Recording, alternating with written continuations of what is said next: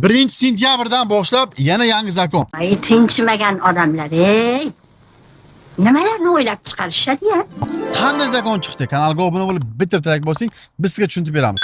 Bu qo'limdagi migratsion karta nima uchun migratsion kartani orqasiga pechat qo'ydirdik? Hozir hammasini tushuntirib beraman.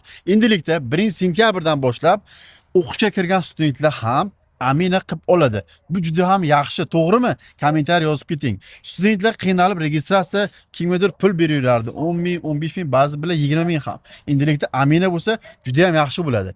Bu qo'limdagi migratsion karta Farruxniki. Farruh bizga abrashasi qilgan o'qish masalasida. Farruh, nima yordam berdik sizga? Yordam berdingiz, mana shu Snetskiy bilet qildik mana. Borib, Ishingiz hal bo'ldi, to'g'rimi? to'ppa-to'g'ri borib, ishim hal bo'ldi.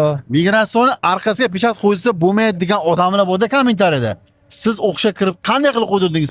Qiyin bo'lmadimi? Yo'q, qiyin bo'lmadi. O'zim hammasini borib, topshirib, o'zim mana pechat urib keldim. O'shanga sizlarga ham tavsiya beramiz.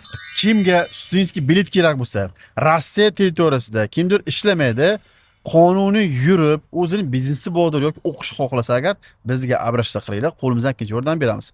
Metro Petros Razmovskiy kesalaring ofisimiz bor.